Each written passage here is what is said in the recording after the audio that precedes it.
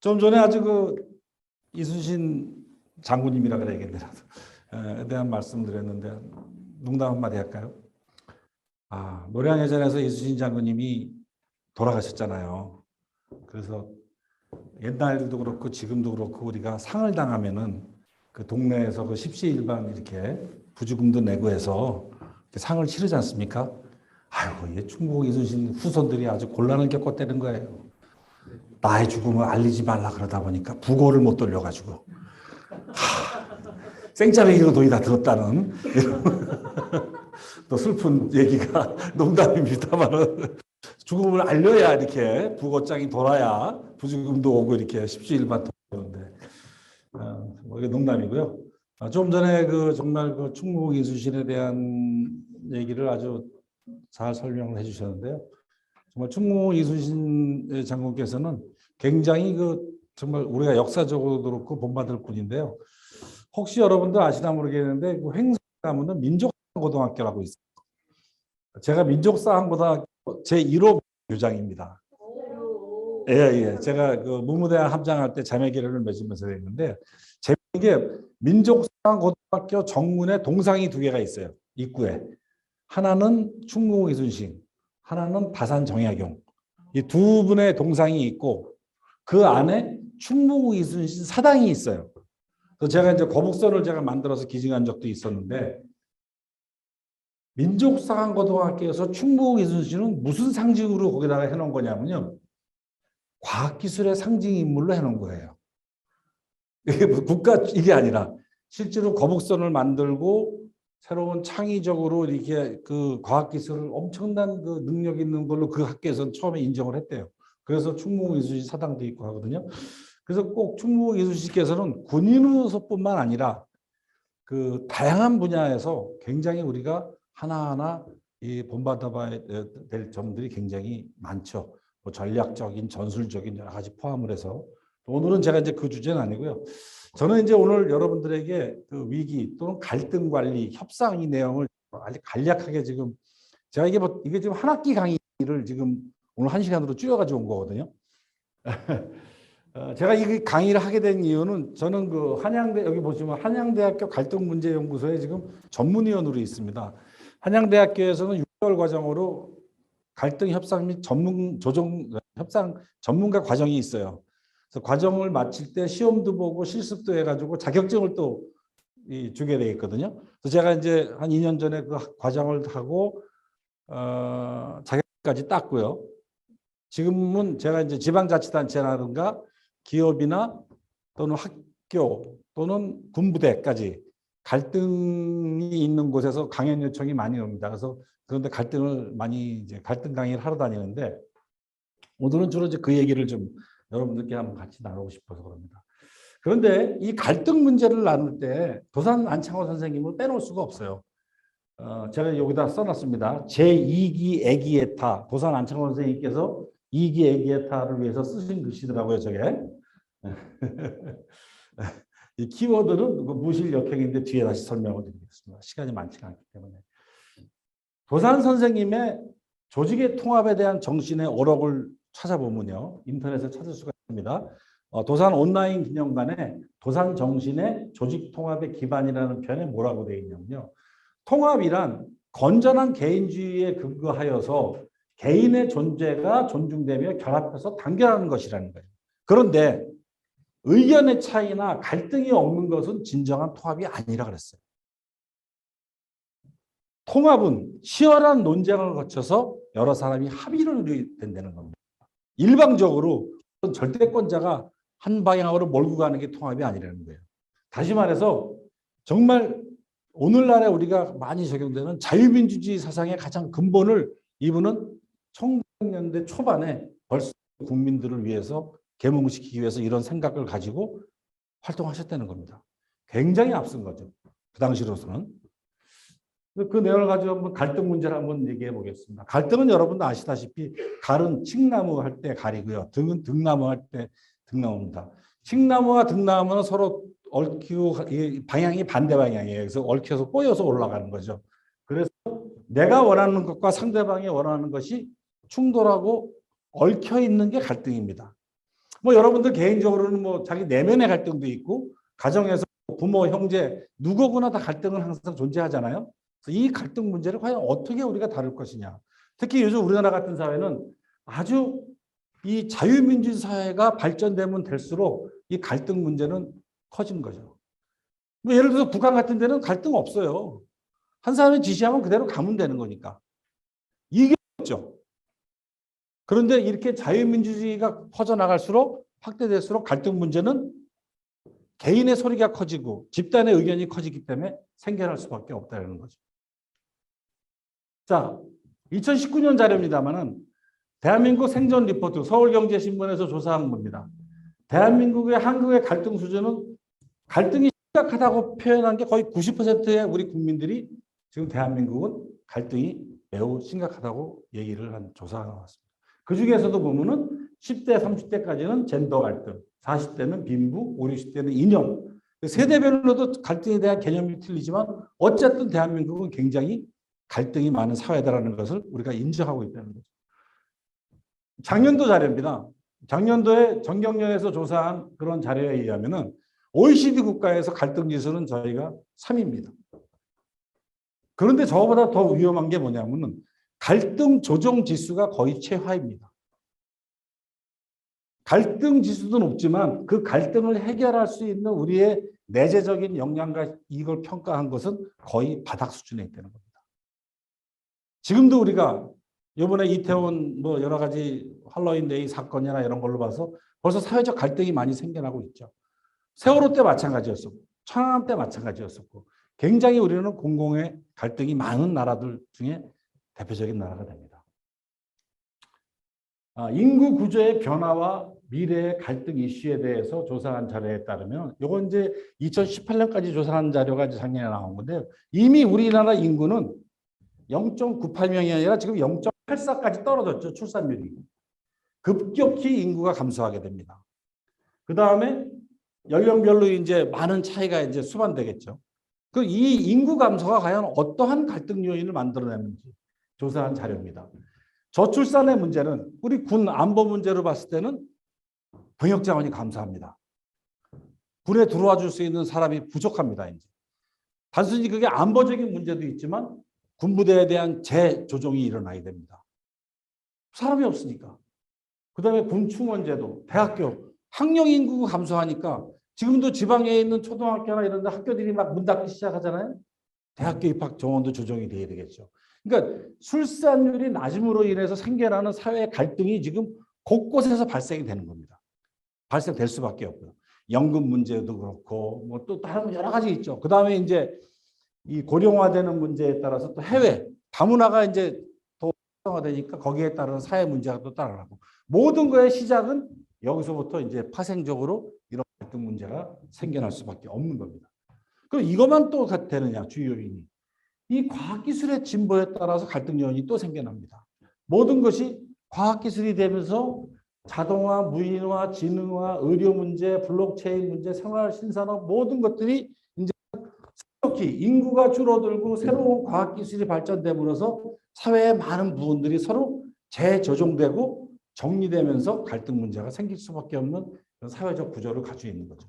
그건 비단 우리나라뿐만은 아니겠지만 특히 우리나라 같이 급격히 인구가 줄어드는 나라에서는 굉장히 심각한 문제가 된다는 거죠. 미국 같은 경우만 해도 이렇게 되지는 않아요. 인구 구조의 변화의 추이가 종 모양으로 안정적으로 유지되고 있는 대표적인 나라가 있습니다. 근데 우리나라 같은 경우는 굉장히 위험한 그런 지경으로 지금 가고 있는 겁니다. 자, 그래서 갈등을 관리하는 패러다임이 과거와 오늘날은 완전히 차이가 있어요. 과거에는 전통적인 관점에서는 갈등이라는 것 자체가 있으면 안 돼. 여러분 옛날에 그 가부장적인 사회에서 집안에서 어디 아버지 할아버지가 딱 버티고 있는데 무슨 갈등 요인이 있겠어요. 입 닥쳐 그러면 그만인데. 그런 사회가 아닌 거거든요. 그다음에 정부나 이런 데서 정책의 목표와 조직의 성과 달성에 방해되니까 갈등이라는 걸 인정하지 않는 이런 경우가 생기는 거고 또 이 갈등이 잠복해 있는 거지 갈등을 표출화시키는 것이 금기되는 사회였거든요. 근데 지금은 어떻게 됩니까? 이제는 뭐예요? 갈등에 대한 수용적 태도가 나오는 거예요. 왜? 갈등이 존재한다. 할 수밖에 없다. 그래서 결국 사회적 생산성의 제도를 위해서 적극적으로 갈등을 예방하고 해결하는 노력이 필요하다는 인식을 하게 된 겁니다. 그래서 이 갈등에 대해서는 합의 형성, 즉 컨센서스 빌딩을 중심하고 여기에 관계되는 사람이 참여와 협력을 통해서 이 갈등 문제를 해결해 나갈 수밖에 없다는 이런 사회적인 변화가 일어나고 있는 겁니다. 그래서 사회 발전과 공공 갈등에 대한 인식이 변화가 되기 시작하는데요. 사후적 갈등 해결이 아니라 이제는 사전적 예방적 갈등 해결이 중요한 시대가 됐습니다. 두 번째는 뭡니까? 정책 추진의 결과의 중요성도 있지만 정책 추진의 과정의 중요성도 굉장히 중요하게 여겨지는 겁니다. 그 다음에 뭐예요? 행정 및 정책의 효율성이 아니라 행정 및 정책의 민주성과 형평성, 그 다음에 사법적 판결에 의한 것보다도 이해 당사자들이 어떻게 합의하고 정리되느냐가 굉장히 중요한 하나의 갈등의 문제와 관리의 사항이 됩니다. 자, 자유민주국가의 사회와 통합인데요. 요즘 거버넌스라는 말 많이 들어보셨을 거예요. 무슨 뭐 IT 거버넌스를 구축해야 된다. 우리가 뭐 사회적 무슨 어떤 거버넌스를 구축해 ESG 같은 경우 대표적인 거죠. E, environment, 환경, S, 소셜, 사회 문제, G, 가버넌스잖아요. 그 가버넌스는 과연 뭘까요? 일반 기업에서는 우리나라에서 번역을 할 때는 윤리경영이라고 그 기업에서 많이 쓰기도 해요. 윤리경영이다, 무슨 뭐 법치경영이다 이런 얘기를 하는데 엄밀하게 따지면 이 거버넌스는 뭐냐면요. 협치입니다. 협치.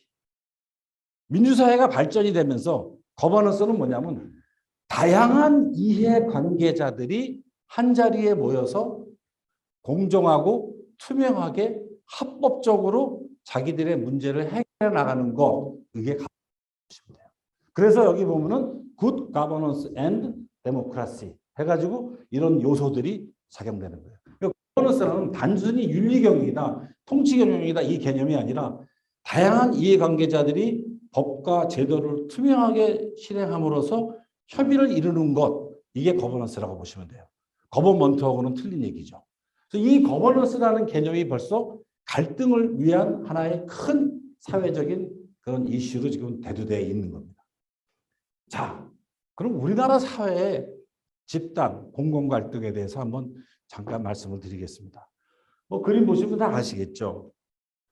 한국의 갈등의 특성과 협상의 어려움이 조금은 좀 특이합니다. 다른 나라에 비해서. 대표적으로 네 가지 말씀을 드리면요. 갈등의 당사자와 대표자가 좀 불분명해요. 자기가 대표라고 나왔는데 진짜 저 사람이 대표인지 인정되기 어려운 경우들이 많이 있어요. 여러분 생각해 보세요. 세월호 때 그때 무대에 나가서 자기가 막 얘기하고 떠들던 사람이 아무 관계도 없는 사람이 하는 경우들도 있었거든요. 그게 대표자가 맞나? 아닌 경우들도 많아요. 이게 불분명해요. 두 번째는 뭐냐면요. 대화보다 약간 집단 행동이 우선적인 경향이 있어요. 일단 머리띠 두르고 나와서 촛불 드는 게 갈등 조정보다 더 쉽게 진행되는 면이 나타나는 게 대한민국입니다. 그 다음에 뭡니까? 갈등 당사자 이외에 다양한 참여자들이 끼어들어요.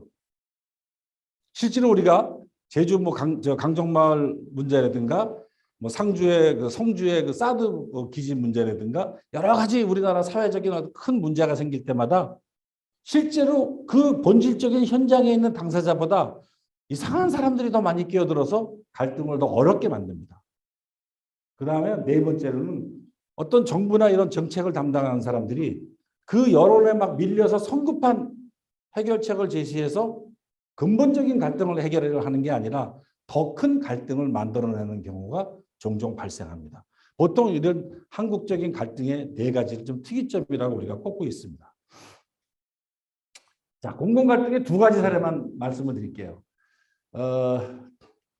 2000년대 초에 사패산 터널이라고 있어요. 여러분 보시면 여기 저 서울시 매각에 의정부와 송추아이시를 통과하는 사패산 터널이 있는데 저 사패산 터널 문제 가지고 엄청난 갈등이 생깁니다. 이때는 그 불교의 종교계, 뭐 환경단체, 뭐 이런 분들하고 많은 그 논의를 했음에도 불구하고 결국은 몇 년 동안 공사를 못하고 있다가 결과적으로는 공사가 이제 완공이 됐죠. 그대로 원한 대로. 우리가 보통 이 대한상공회에서 추산해서는 그것 때문에 사회적 갈등 비용으로 5,500억 정도의 국가적 손실을 가져온 거예요. 두 번째로 대표적인 거는 뭐냐면 유명한 그 천성산 도롱뇽 사건이죠. 이 도롱뇽 사건 때문에 어떤 문제까지 생겼냐면 재미있는 거는요.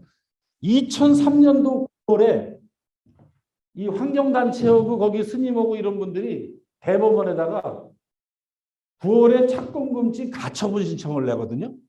근데 원고가 도롱뇽이야. 그 당시에. 원고가 도롱뇽으로 가처분 신청을 낸 거예요. 당연히 대법원에서 기각돼가지고 공사가 재개됐죠. 근데 그 문제 때문에 도롱뇽 때문에 생긴 이 공사 때문에 국가적으로는 약 2조 5천억 원의 손실을 받은 거예요. 실제로는 지금 터널이 만들어져서 잘 운행되고 있어요. 더 재밌는 건 뭔지 아세요? 도롱뇽 그분들이 알 낳고 잘 살고 계십니다. 이상 없이 더 좋은 환경에서. 도롱뇽한테 물어보지도 않고 반대하는 바람에 우리 국가적으로는 몇 년 동안 2조 5천억이라는 돈을 여러분들의 세금에서 날린 거예요. 이게 바로 공공갈등의 함정입니다. 그런데 누구도 여기에 대해서는 지금도 한 마디도 안 하잖아요. 네? 그죠? 도롱뇽 그분들이 최근에도 조사한 결과 환경단체에서 잘 살고 계십니다. 그리고 그쪽 일대는 아주 좋은 습지를 발전돼 가지고 오히려 더 환경이 좋아졌어요. 이게 우리 민주사회에서의 큰 함정인 거죠.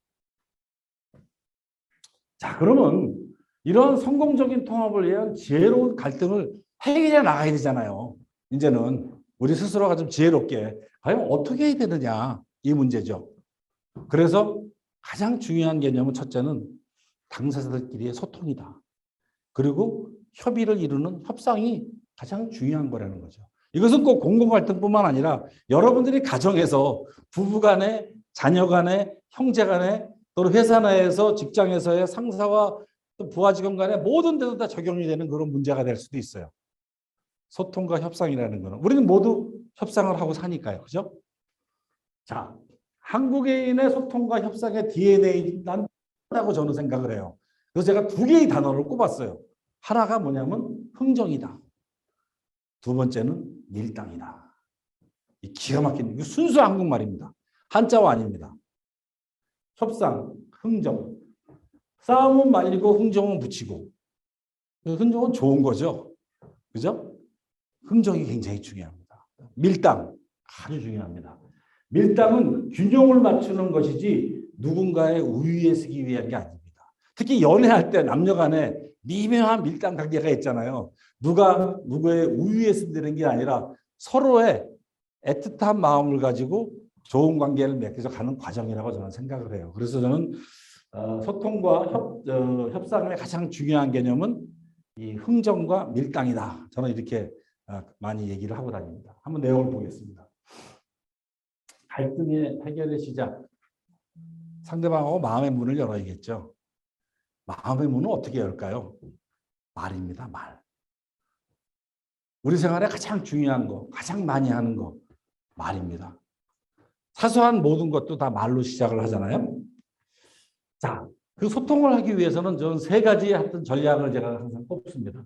첫째는 상대방과 대화를 하거나 소통을 시작할 때는 첫째, 긍정과 칭찬입니다. 상대방에 대해서 내 마음을 열어줘야 돼요.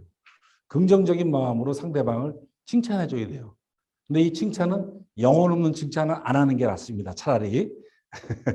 그래서 상대방을 먼저 들어주고 그 사람을 믿어주면서 관계가 시작돼야 됩니다. 두 번째는 뭡니까? 톱니바퀴의 기술입니다. 한 번 얘기를 질문을 던지거나 대화를 했을 때 거기서 끝나는 게 아니라 계속적으로 대화를 톱니바퀴처럼 이어줘야 돼요. 그래서 오늘 어떻게 낮에 많이 바쁘셨어요?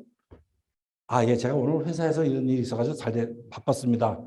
그럼 거기서 끝나는 게 아니라 한 번 더 잘 해결했나요? 다행이네요. 앞으로 더 좋은 일이 더 생기겠네요? 라는 어떤 식의 지속적인 관심을 가지고 톱니바퀴를 이어주듯이 이어가는 그 기술이 굉장히 중요하다는 겁니다. 그래야 서로 마음의 문이 열리는. 사소한 대화에서부터도 호감이 이어지는 거죠. 그 다음에는 뭡니까? 적절한 밀당은 유지돼야 됩니다. 아무리 친한 사이도 적절한 긴장관계가 유지돼야 그게 오래가는 관계입니다. 우리가 흔히 얘기하죠. 철길은 서로 마주치지 않아야 일정한 간격으로 오랫동안 간다 그러잖아요. 교차가 되는 게 아니라는 거죠. 우리가 부부지간에도 우리 옛날에 부부유별이란 말이 있어요. 부부유별이란 뭐냐면요. 부부간에도 지켜야 될 선이 있다는 뜻입니다. 부부간에도 가장 가까운 사이이지만 그들도 서로의 존중과 배려가 유지되는 적절한 관계가 유지돼야 진정한 관계가 된다는 거예요. 그래서 이 밀당이란 말은 부정적으로 생각할 게 아니라 적절한 인간관계를 유지하는 가장 좋은 하나의 수단과 방법이 밀당이다. 저는 이런 생각을 하게 되는 거죠. 자, 우리가 말이 얼마나 중요한 게 뭐 여러분 다 아시죠? 아, 김가야, 나 소고기 한 근 썰어줘. 정육점에 있는 사람이 고기 쓰러져요. 다른 사람이 왔을 때는 김서방 오늘 고기 좋아 보이는데 나 소고기 한 근만 주쇼. 그랬더니 같은 소고기 한 근인데 고기의 크기가 틀려지잖아요. 뭐 때문에 틀려지는 거예요? 그거를 말하는 사람의 언어에 따라서 그 사람은 틀리게 해주는 거예요. 상대방을 대할 때 상대방에 대한 존중과 배려가 있었기 때문에 같은 고기 한 근이라도 크기가 다르는 거죠. 우리나라의 일반적인 우화에 나오는 거지만. 자, 또 한 가지 예를 들게요. 누굴 지났는데 뭐 벽돌을 공사판을 지나게 됩니다. 그때 한 공사장에 지나는 사람이 그 벽돌 쌓는 사람한테 물어봐요. A라는 사람한테 당신 뭐 하는 거예요? 벽돌 쌓고 있어요. 그래요? 두 번째 벽돌공한테 물어봤습니다. 당신은 뭐 하고 있는 거예요? 벽 쌓고 있지. 근데 세 번째 사람한테 당신 지금 뭐 하고 있는 겁니까? 나는 지금 아름다운 성전을 짓고 있습니다. 같은 행위를 하고 있지만 자기 스스로의 자존감을 거기다 담은 거죠. 말의 힘이라는 건 바로 이런 겁니다. 내가 똑같은 일을 하더라도 그 일에 내가 의미와 가치를 어떻게 부여하느냐에 따라서 행위가 바뀌는 겁니다. 단순하게 벽돌을 쌓는 사람과 아름다운 성전을 짓고 있는 사람과는 생각 자체가 바뀌는 거죠. 우리가 어떤 대답을 하거나 대화를 할 때 항상 내 생각을 가지고 접근해야 된다는 겁니다. 그래야 내 행위가 고귀해지는 거죠. 제가 언제는 공군부대에 가서 강의할 때 이 얘기를 하면서 그랬어요. 뭐 하는 사람이세요? 파일럿입니다. 비행기 몹니다. 그러더라고요. 뭐 하는 사람이세요? 저도 비행기 모는 사람입니다. 다른 사람한테 물어봤어요. 다른 사람한테는 이렇게 얘기하세요. 뭐 하는 사람입니까? 저는 대한민국의 하늘을 지키는 사람입니다. 비행기를 몬다는 것과 대한민국의 하늘을 지킨다는 것 자체는 듣는 사람에 따라서는 개념이 바뀌는 거죠. 자기 스스로 행위에 대한 자기 스스로의 자존감을 키우는 거예요. 그게 소통에서도 굉장히 유리한 위치에 설 수가 있는 겁니다. 엄마는 집에서 남편과 자식을 위해서 밥 해주는 사람이 아니라는 거예요. 가족을 건강하게 유지하고 관리시키는 내가 핵심적인 역할을 하는 사람이에요. 행위는 똑같지만 그 개념이 굉장히 중요하다는 개념이죠. 자, 그럼 이제 본격적으로 어떻게 갈등을 해결하고 어떻게 해결을 해나가야 협상을 해나갈까? 협상은요. 유명한 허브 코엔이라는 협상 전문가가 얘기했습니다. 우리 인생의 80%는 협상이 됩니다. 여러분들 집에서 자녀들한테 야, 여기 신발 잘 정리하면 1,000원 줄게. 나 신발 정리하고 여기다 쓰레기까지 치우면 2,000원 주시면 안 돼요? 2,000원 너무 많은데 1,500원으로 하지. 협상입니다. 집에서 부부간에 형제간에 직장에서 연봉 모든 문제가 사실은 여러분 잘 따져보시면 우리가 삶 자체가 협상의 과정입니다. 그럼 어떻게 과연 협상을 잘 끌어갈 것인가? 협상에 임하는 사람의 대원칙입니다. 뭐가 느껴지시나요? 이 사진은 유명한 사진입니다. 오바마 대통령이 헬기장에서 백악관 헬기장에서 내렸는데 자기 우산밖에 없는데 비가 오는 거예요. 근데 여자 비서 2명이 우산이 없으니까 오바마 대통령이 여자 2명을 안으면서 같이 비를 맞고 가는 장면입니다. 반면에 이건 트럼프는 아니고 이게 옐친 같아요. 옐친. 네. 협상은 이라는 거예요. 협상은 남을 포용하는 거에서부터 시작을 해야 됩니다. 나만 비 안 맞는 게 협상이 아닙니다. 함께 포용할 수 있는 게 가장 협상의 대원칙입니다. 자, 협상 전략을 말씀드리면은 지혜롭게 비기는 게 이기는 협상입니다. 협상에서는요, 윈윈 전략이라는 게 있습니다. 협상은 승리하기 위해서 하는 게 아닙니다. 함께 승리의 방안을 찾는 게 협상입니다. 내가 누구한테 이겨서 나는 이겼어 협상에서 그게 아니라 그와 내가 같이 할 만한 방안을 찾아가는 게 그게 진정한 협상의 의미입니다. 싸워서 이기는 게 아닙니다. 자, 구체적으로 한번 볼까요? 근데 이 협상을 제대로 하기 위해서는 가장 원칙적으로 하는 얘기가 4가지입니다. 이 4가지 원칙은 꼭 지켜져야 된다는 일반적인 이론입니다. 첫 번째는 뭐예요? 사람과 문제를 분리시켜라. 두 번째는 뭐예요? 입장이 아닌 관심에 집중해라. 세 번째, 네 번째가 있는데 실제로 이제 이 4가지 경우를 케이스로 제가 설명을 드릴게요. 사람과 문제를 분리하라. 자, 딸이 하나 있는데 공부를 잘 못해요. 그래서 부부가 야, 우리 애를 어떻게 하면 공부를 잘 시켜야 되지? 대화를 시작하는데 갑자기 남편이 부인한테 당신 집안은 머리가 안 좋은 것 같아. 당신 집안 닮아서 애가 공부를 못해. 갑자기 그러면 여자가 그 말을 수긍하는 사람이 누가 있겠어요? 무슨 소리야? 우리 집의 학력 수준이 당신보다 훨씬 낫지. 당신 집에 박사 하나 있어? 우리는 박사가 있고 누가 있고 누구 하다 보면은 서로 남편과 부부가 자기들 족보 가지고 학력 따지고 싸움이 시작되잖아요. 문제는 사라지고 관계의 싸움이 돼버려요. 본질적인 문제는 뭐예요? 어떻게 얘를 잘 가르치고 얘 재능을 발굴해서 좋은 학습 효과를 거둘까가 본질이었는데 사람의 문제로 바뀌어버렸죠. 협상할 때 본질적인 문제에서 관계의 문제로 바뀌어버리면 협상은 이루어지지 못합니다. 본질에 충실해야 된다. 본질에. 입장이라는 게 있어요. 입장. 유명한 성경에 나오는 거죠. 솔로몬이 서로 두 여인이 자기 애라고 합니다. 임금 앞에서 자기 애라고 우겼는데 자기 애가 아닌 게 들통이 나면은 그 여자는 죽습니다. 사형당합니다. 솔로몬이 뭐라고 얘기했어요? 애를 반 잘라라. 반반씩 나눠줘라. 그때 한 여인이 나왔죠. 제가 제 엄마가 아니니 쟤를 자르지 말고 저 여인한테 주세요. 그럼 자기는 죽겠다는 소리예요. 위증을 했으니까. 바로 뭐냐? 본질적인 입장에서 접근하면 답이 나온다는 거죠. 진짜 엄마는 애가 살리는 쪽을 선택하는 거지 애를 자르는 쪽을 선택할 수가 없잖아요. 그래서 협상에 있을 때는 항상 당사자가 누군가를 찾느냐가 굉장히 중요한 거예요. 실제로 이 사진은 뭐냐면요. 천안함 사건가 났을 때 천안함 사건 때 엄청나게 많은 사람들이 유가족 있네, 유가족이 친척 있네 해가지고 평택에 많이 몰려 있었거든요. 협상 대표단을 꾸릴 때 제일 먼저 그때 제가 건 원칙은 뭐였냐? 당사자 합의 원칙을 따르겠다. 그러니까 사망은 희생한 장병들과 부모, 형제, 그 다음에 천안 내부 요 범위까지는 대표단에 들어올 수 있지만 사돈의 8천, 7천 이런 사람은 안 된다는 원칙을 정해줬어요. 왜? 누군지도 모르는 이상한 사람이 들어와서 협상을 망치는 경우들이 있어요. 당사자가 아니기 때문에 입장이 틀려져요. 가장 어려웠던 게 처음에 그거였어요.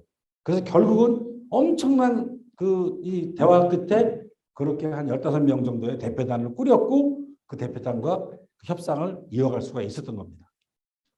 왜? 당사자는 문제가 틀려져요. 당사자가 아닌 사람은 다른 문제를 들고 오기 때문에 본질에서 벗어나는 문제가 더 확대가 될 수가 있거든요. 그래서 항상 협상할 때는 가장 중요한 건 뭐냐면 직접 당사자와 협상에 임해야 돼요. 두 번째는 뭐예요? 입장이 아닌 관심사에 집중하라는 겁니다. 한 가지 예입니다. 두 자매가 싸워요. 귤 하나를 놓고.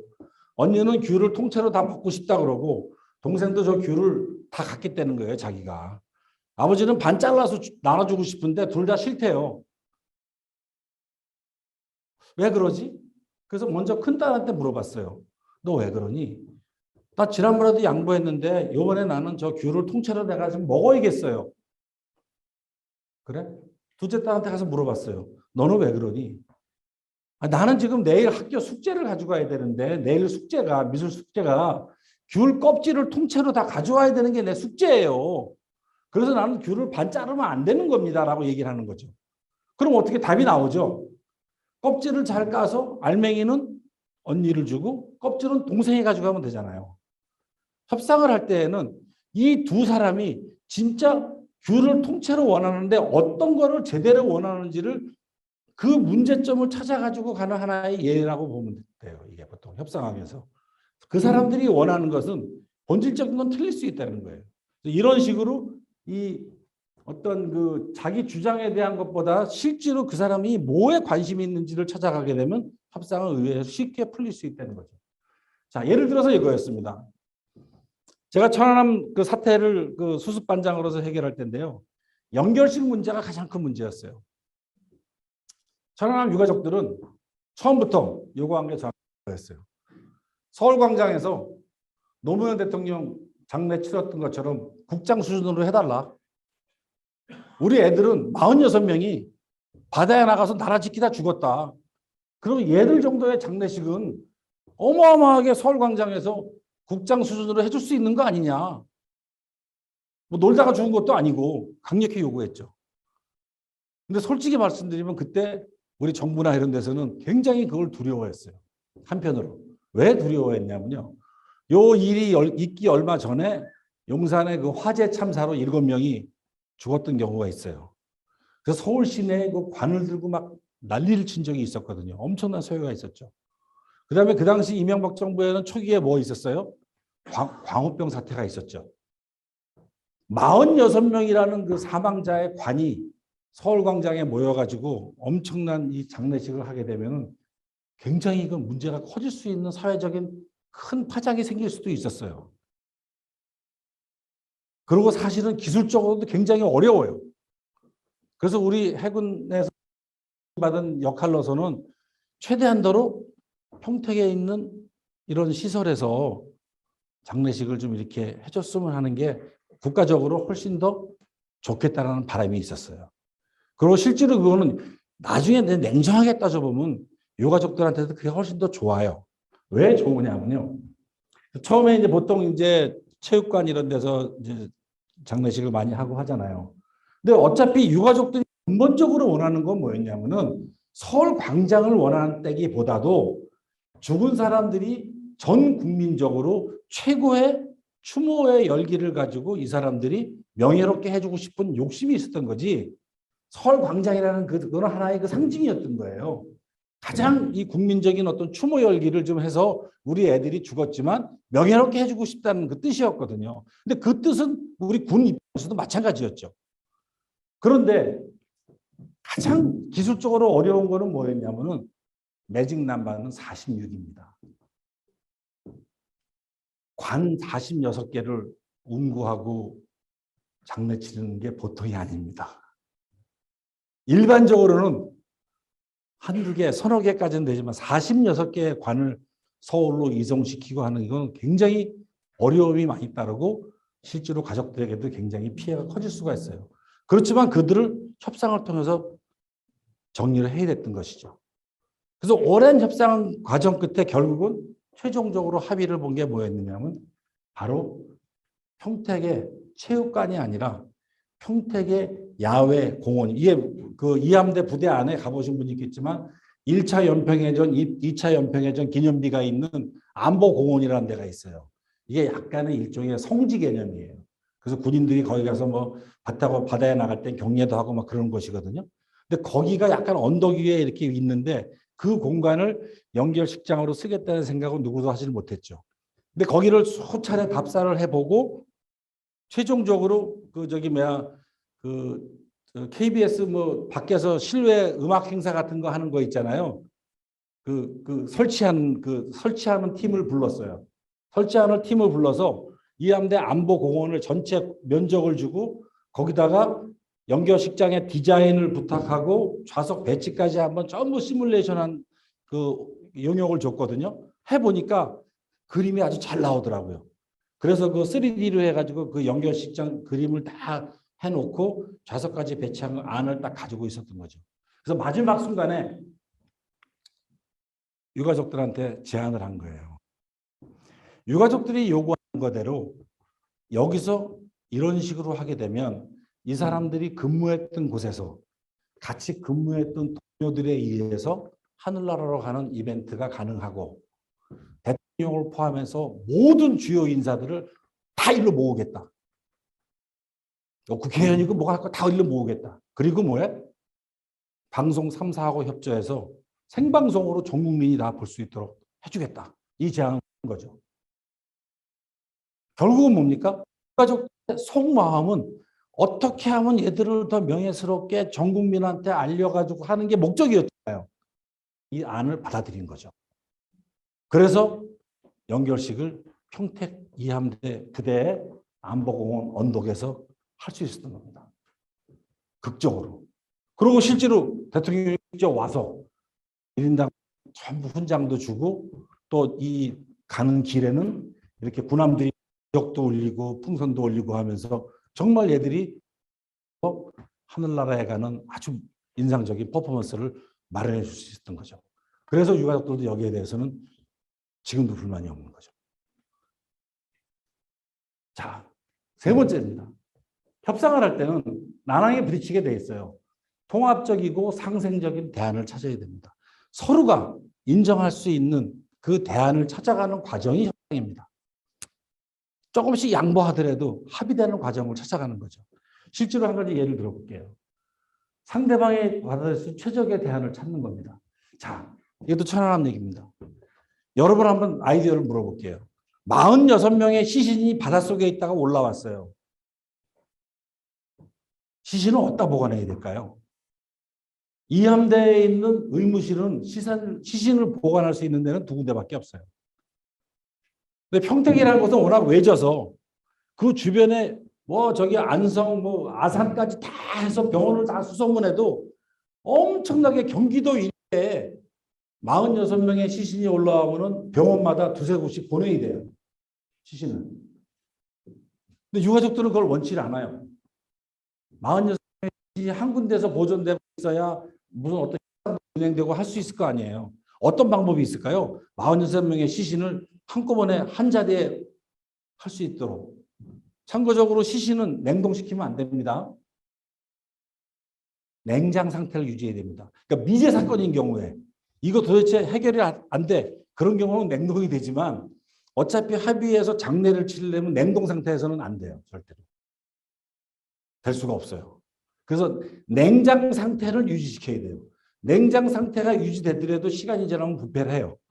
어쨌든 간에 그런데 그런 언제까지 협의가 될지 모르는 과정이 있기 때문에 열흘이 걸릴지 보름이 걸릴지 한 달이 걸릴지 모르잖아요. 시신을 어떻게 보관해야 될까요? 굉장히 고민이었죠.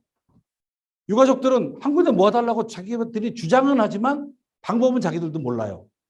근데 우리 입장에서도 그런 경우는 없었죠.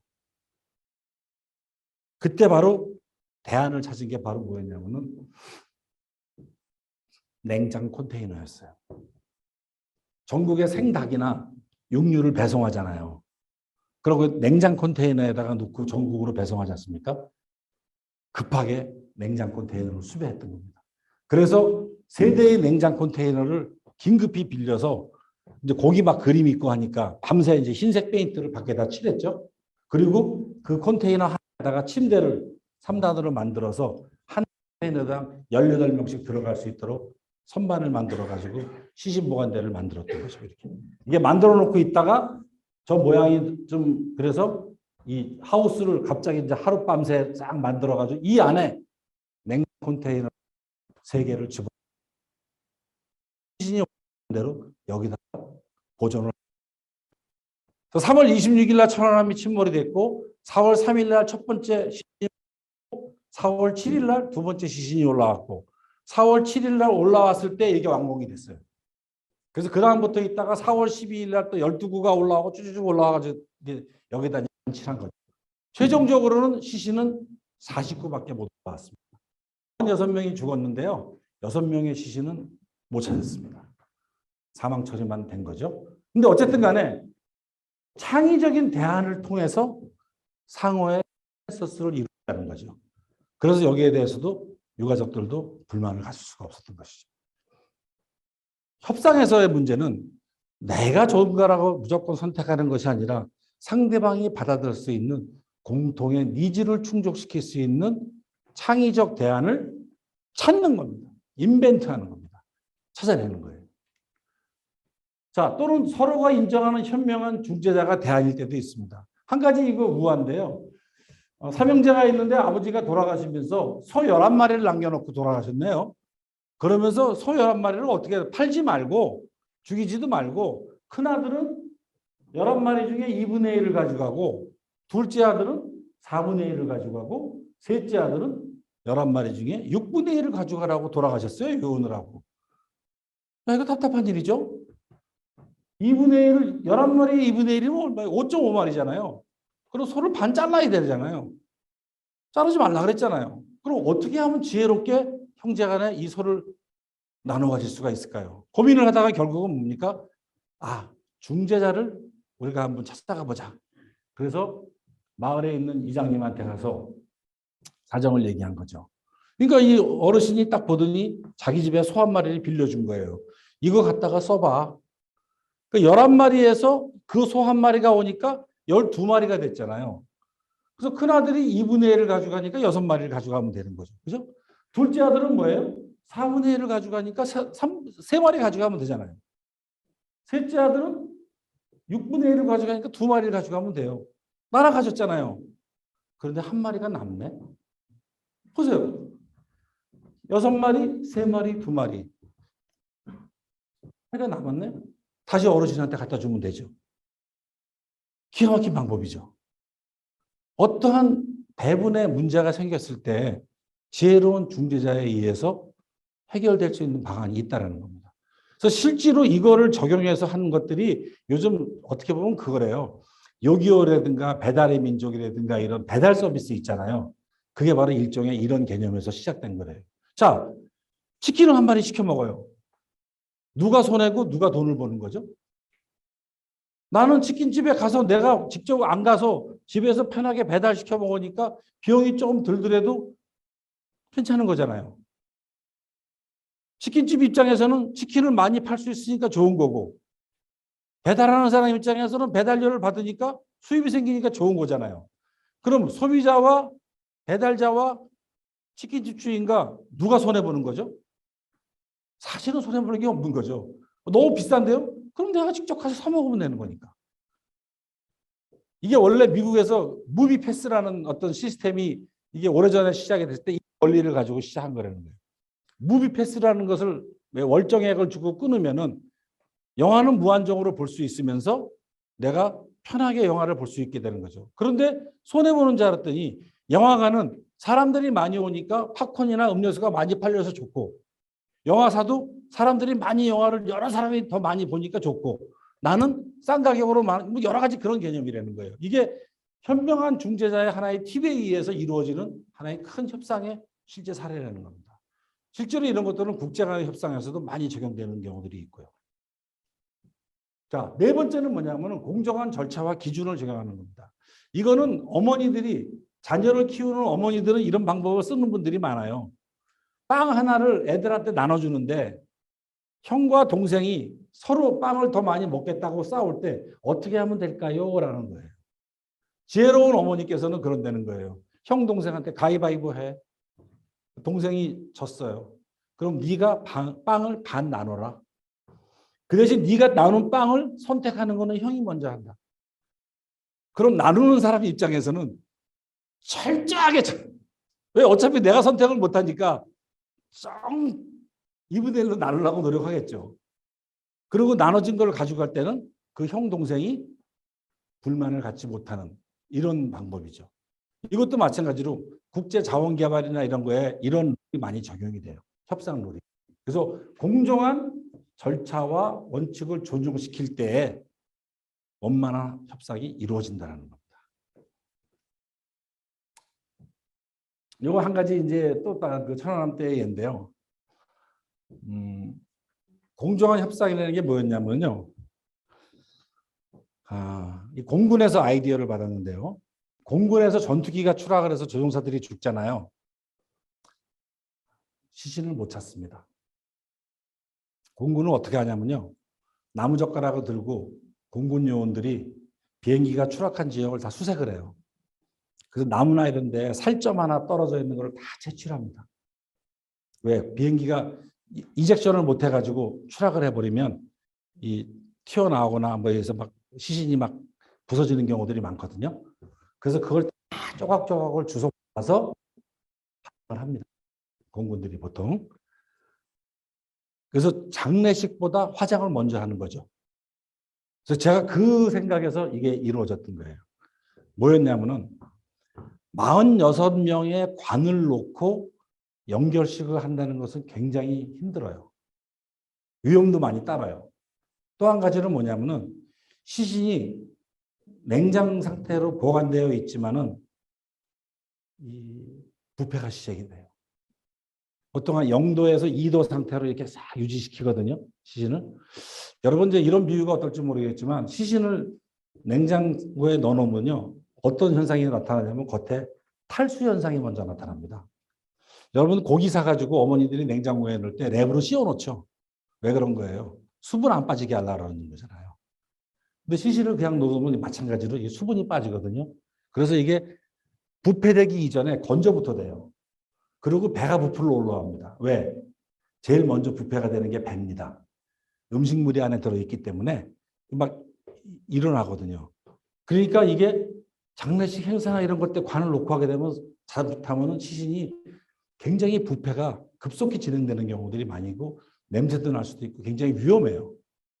그래서 유가족분들한테 이걸 어떻게 이거를 양해를 구할지를 고민을 했던 겁니다. 그래서 그때 선택했던 게 뭐였냐면은 천안함 때는 그 폭파된 배 물속에서 시신이 올라왔기 때문에 처음에 올라오면 유가족들이 시신을 확인하잖아요. 근데 그 형체들이 전부 다 안 좋아요, 보기가.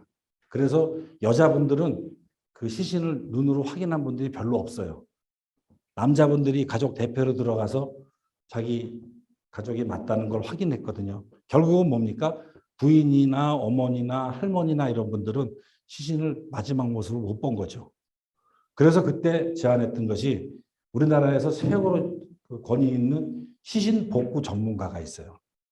그 당시 을지대학병원에 있던 교수 여자분이신데 그분들하고 협조를 해서 제가 이제 미국에서 근무할 때 경험을 한 거예요. 여러분 미국 같은 데서 장례식을 보면은 관뚜껑을 열어놓고 시신을 마지막으로 보고 이렇게 장례식을 하잖아요. 그래서 그거를 우리가 한번 해보겠다 싶어서 유가족분들한테 대표로 몇 분들한테 혹시 이런 거를 한번 해보실 수가 있겠습니까? 라고 제안을 했어요. 그래서 이걸 원하시는 분들은 신청을 하셔야 그랬어요. 내가 권하는 걸 한 게 아니라 신청을 한번 해주겠다는 개념이죠. 이거는 나중에라도 또 문제가 생겨서. 근데 몇 분이 신청을 한 거예요. 그래서 그분의 자녀분을 시신을 복구 전문가들이 이제 들어갑니다. 그럼 얼굴에 파라핀 같은 걸 집어넣고 해가지고 얼굴을 원상복구 시켜줘요. 그리고 분장사가 들어가요. 그래서 시신의 얼굴에 들어가는 화장품은 특수분장 화장품이 들어가거든요. 국산이 없어요. 그럼 또 분장 전문가들이 들어가서 아주 편안한 모습으로 잠자는 얼굴로 만들어줘요. 그리고 거기다가 군복을 입혀가지고 이렇게 마지막 면회식을 치렀던 거예요. 왜?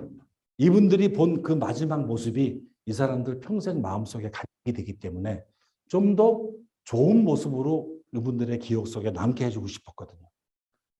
근데 몇몇 가정이 이걸 해보니 너무 좋아하는 거예요. 너무 좋아하는 거예요.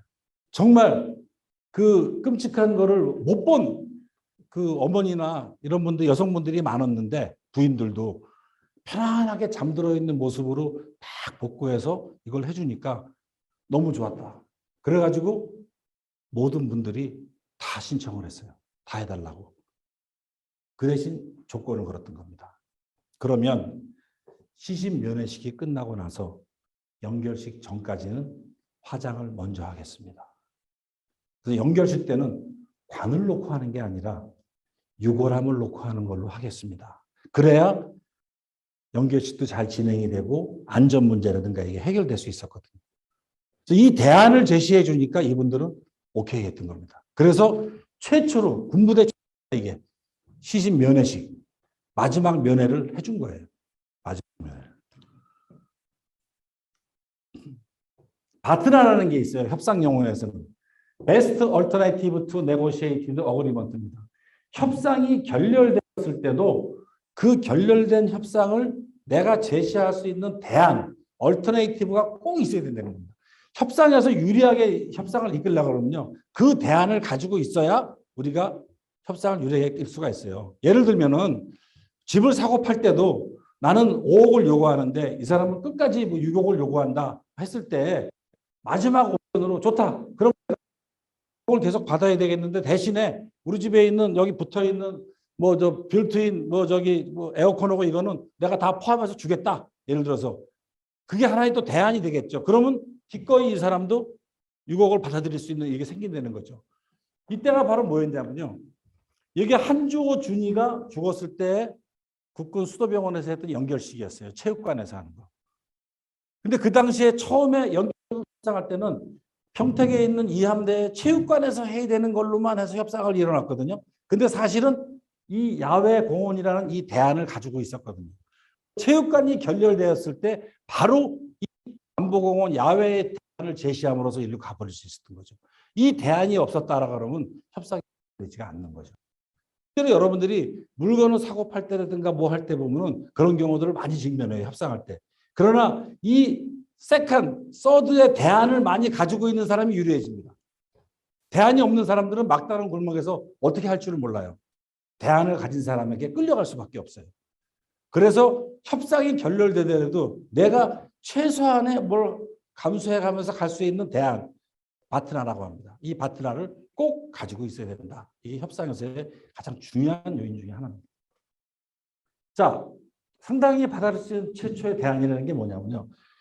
연평도 포격 사건이, 연평도 해전이 있을 때 이분들이 돌아가신 분들이고 그때 장례식 때 썼던 영정 사진이에요.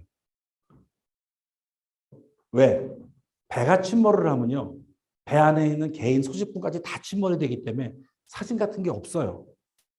그래서 이 사람들이 훈련소에 막 입대해서 입대했을 때 찍은 사진을 급하게 영정사진 쓰는 거예요. 보기 안 좋죠. 천안함 때도 마찬가지로 이런 사진밖에 없었거든요. 그거를 창조적 대안으로 이렇게 디자인을 바꿔준 거예요. 이게 미국에서 군인들이 이라크 전사자들이 사망자 처리할 때 사진입니다. 그래서 요거를 비밀리에 작업했죠. 일단은 해군부부 전산실에서 기초 작업을 하고 그 파일 서울에 있는 최고 사진관에다가 보내서 이 작품을 줬던 거예요. 나중에 연결식을 딱 하려고 했는데 이분들이 걱정하는 게 연결 사진에 내 애 모습을 어떻게 할 거냐 했을 때 이거를 딱 제시했을 때 모든 가족들이 만족했던 겁니다. 다른 협상 문제까지도 쉽게 풀릴 수 있었던 거죠. 심지어는 사이즈별로 사진을 만들어주면 안 되느냐. 지갑에도 넣고 다니고 뭐 하게 다 해드렸어요. 그러고 나서 재밌는 게 뭔지 아세요? 천안함 때 이거 적용시키고 나서 지금까지 전 군의 군인들 사진은 다 이걸로 찍는 걸로 규정이 바뀌었어요. 지금 군에 입대하면 다 이렇게 육해공군 다 이렇게 사진을 찍어요. 시작은 천안함 때부터예요. 제일 먼저 적용했던 이 사진. 완전히 개념이 틀리죠. 왜? 기왕에 사람들 어떻게 해서 보내줘야 될까?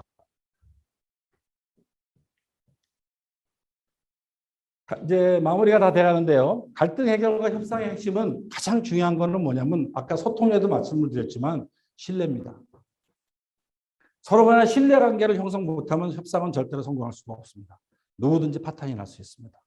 그래서 가장 중요한 키워드는 신뢰고요. 특히 가장 위험한 거는 뭐냐면 상황에 밀려서 위기를 모면하기 위한 거짓 절대 하면 안 됩니다.